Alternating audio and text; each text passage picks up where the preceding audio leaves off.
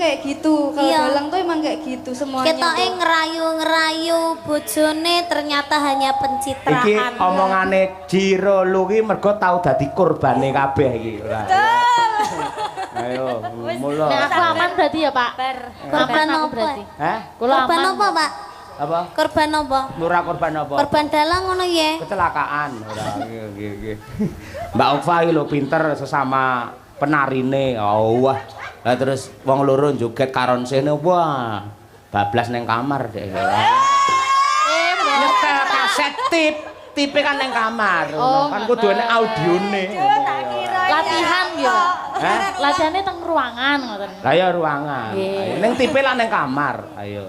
Lah nguripne kan kudu masuk dulu. Klik. Madang karaya kiter sumiler semoga masa. Siap maaf maaf. Bapak yo ngene iki wah jan wis.